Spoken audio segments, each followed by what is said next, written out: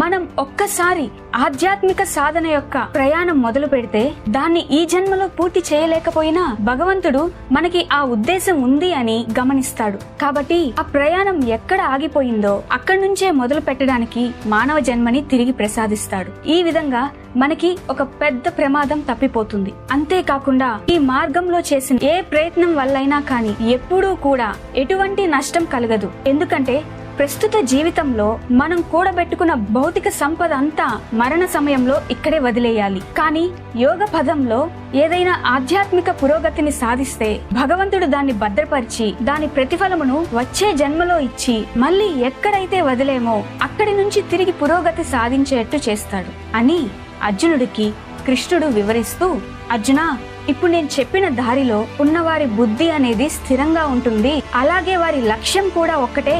కానీ దృఢ సంకల్పం లేని వారి బుద్ధి